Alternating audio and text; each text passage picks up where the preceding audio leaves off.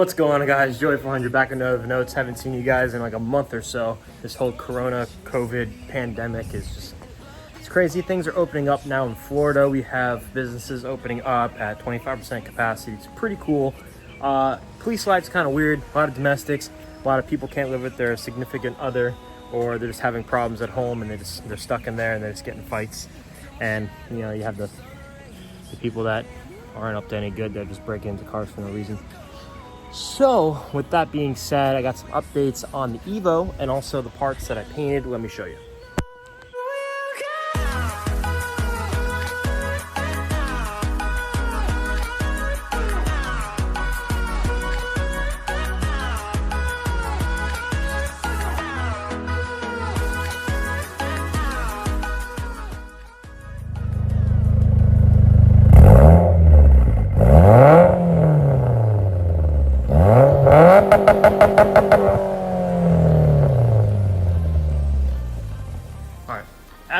As you guys see here, remember last video I had the bumper there.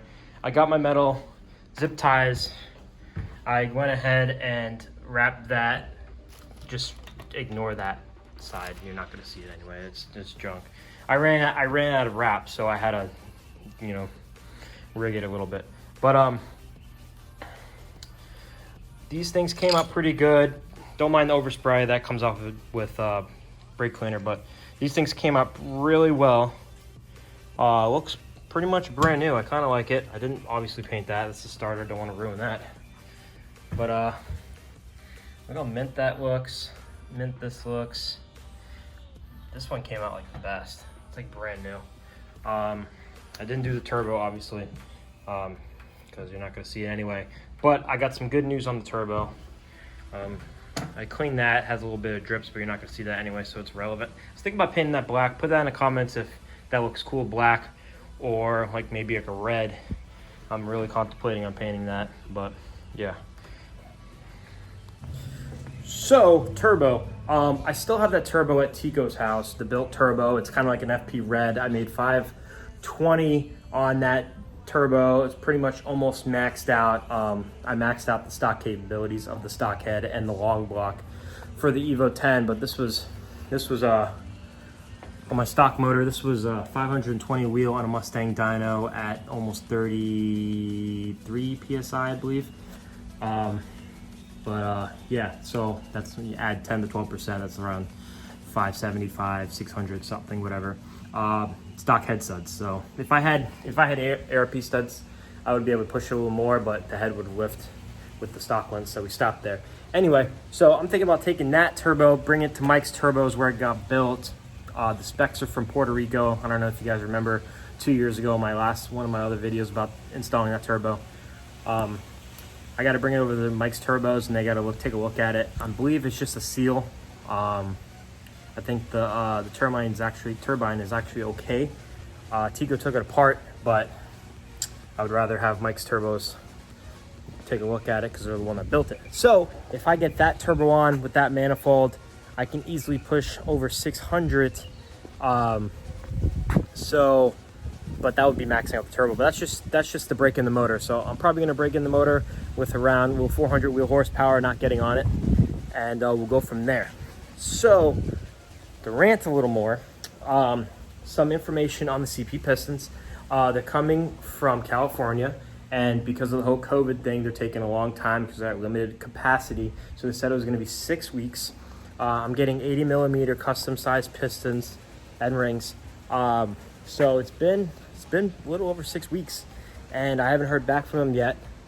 TEC went through the whole motor, everything, every single goddamn thing, long block, the head, everything. Found nothing wrong with it. The only thing obviously that were wrong was the cracked piston, and they need to be re-sleeved and need to be bored out because the debris fell off in there. The head had some slightly bent valves.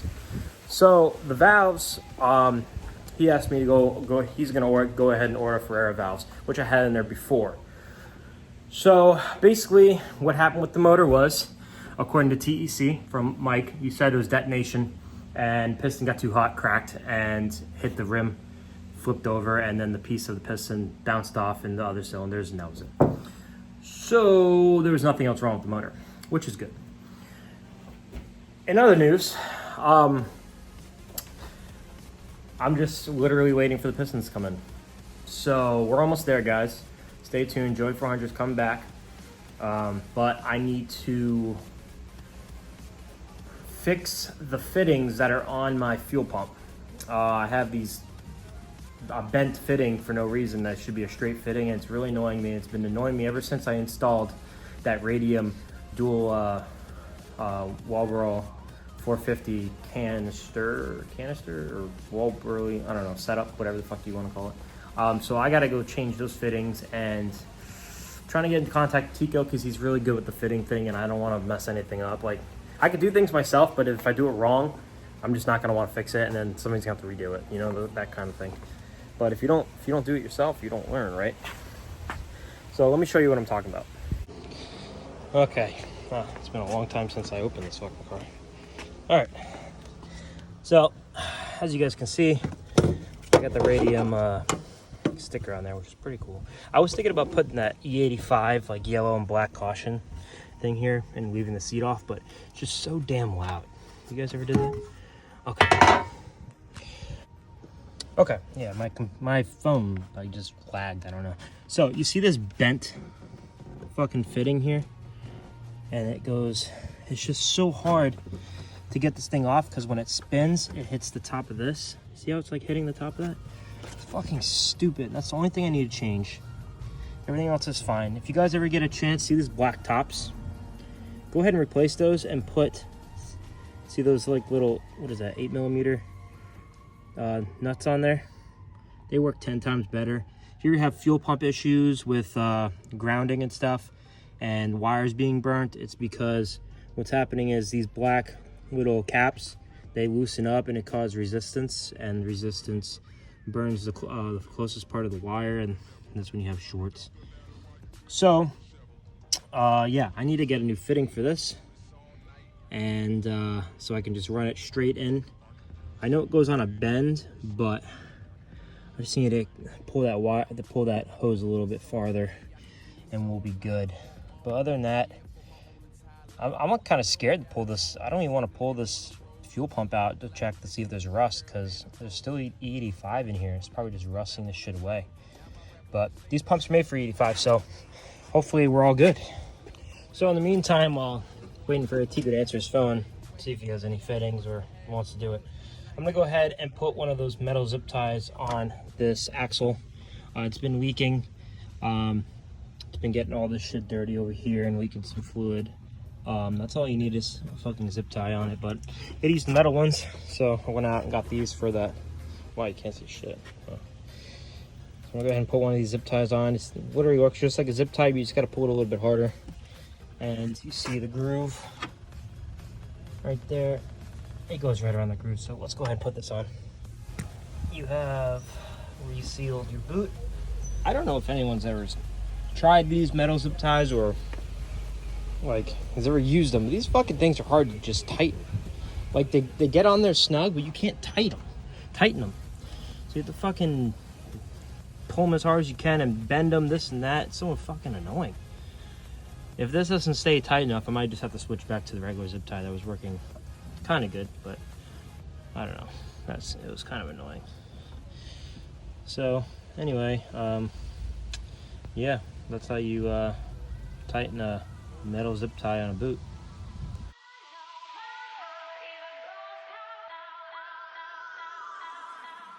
If my car just makes nesquik because it can, or it's just I think I emptied this before my car went down, and then it's full again, and my car hasn't started in like 2.5 months.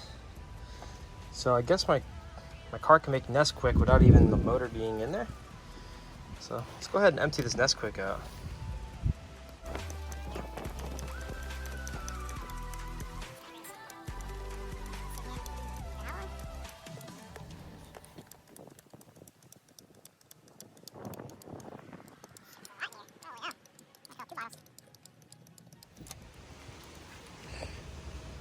Damn. Fill that bottle all the way up. That's quick, baby. talking about. All right, this thing's cleaned out. What I did was after I drained it, I poured water in there, got a little more stuff in there, and then I poured brake cleaner in there, and then I took rags and I kept wiping it up. It's always gonna drain a little bit, as you can see the little holes in there. I literally just drained it, and there's still some more in some of the lines that it just leaks out. So I'm just gonna keep wiping it until most of it's gone, so it doesn't rust in there. It's coming out of the hose a little bit, so I'm just gonna brake clean that and clean it, and we should be all good. So my car makes nesquik without the motor in it. Good to know. Just sprayed water through this hose that all the way goes straight to the catch can, and a whole bunch of more clumpy fucking oil came out of it. So what I'm gonna do is I'm just gonna take this whole catch can off, which is that one torque or Allen key, and then you have this 12mm bolt right there, and this thing comes right out. I'm gonna take it out, clean this thing, clean the lines, because that is absolutely disgusting. All right, catch can is out. Have my nesquik container over here. As you can see, if I look how much shit is still coming out of the freaking lines. So I'm gonna go hose this shit down, and hopefully I can get all the shit out of there and out of the lines. So what I'm doing is I'm basically just holding the hose onto here, pushing the water through. I don't know how to do this with one hand, but I'm trying to show you if I do this. Sorry, this is fucking hard. Logging.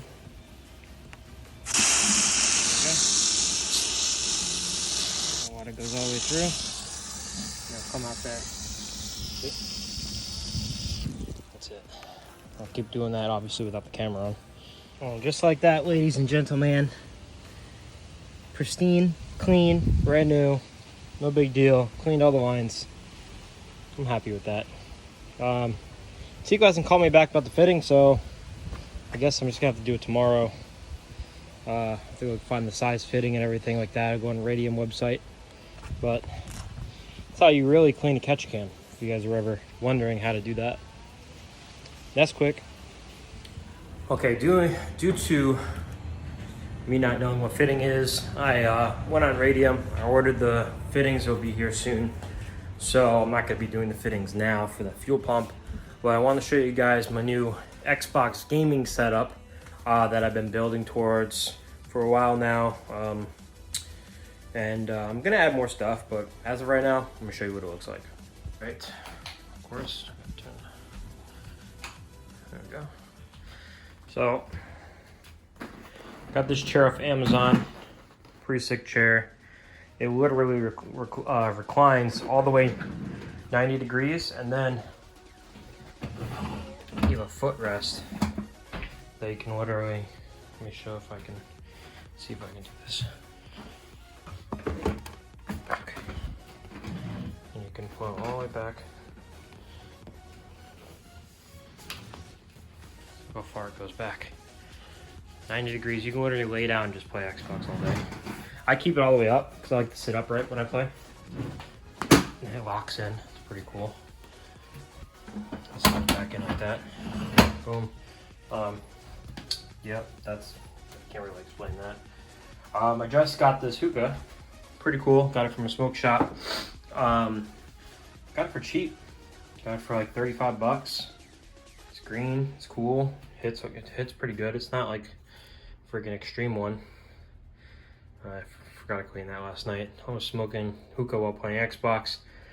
You guys know I'm a Green Arrow fan. All over Queen, baby. If you guys didn't know that symbol, that's Green Arrow. It's my Xbox controller holders. I got the Elite controller. That's what I use.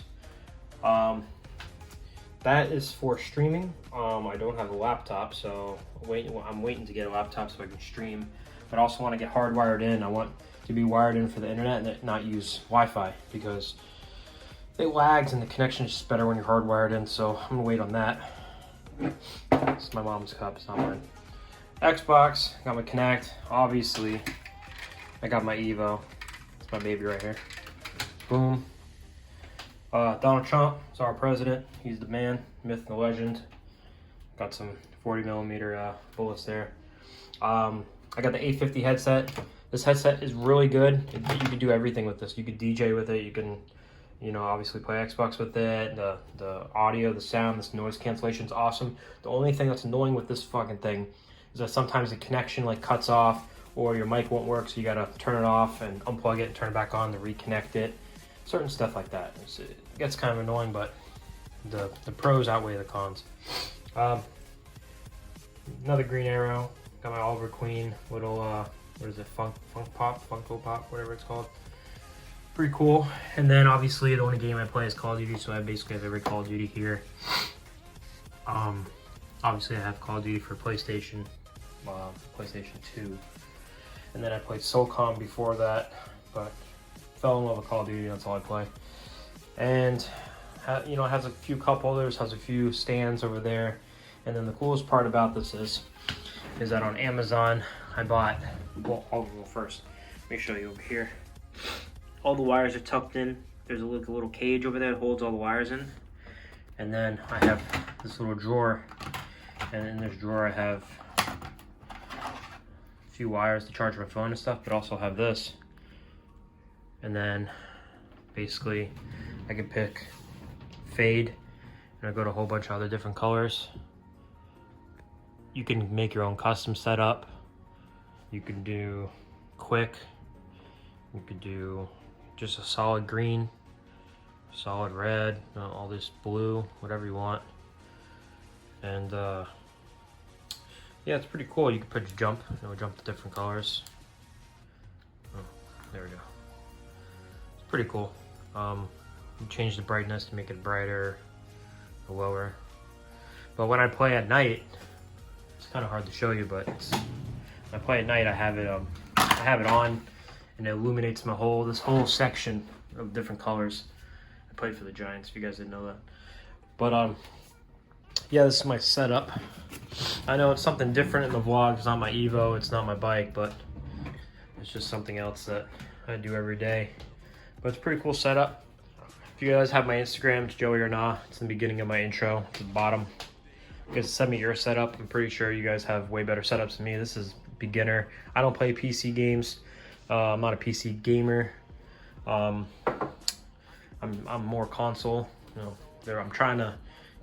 Hopefully, they take PC gamers out of playing with Call of Duty players.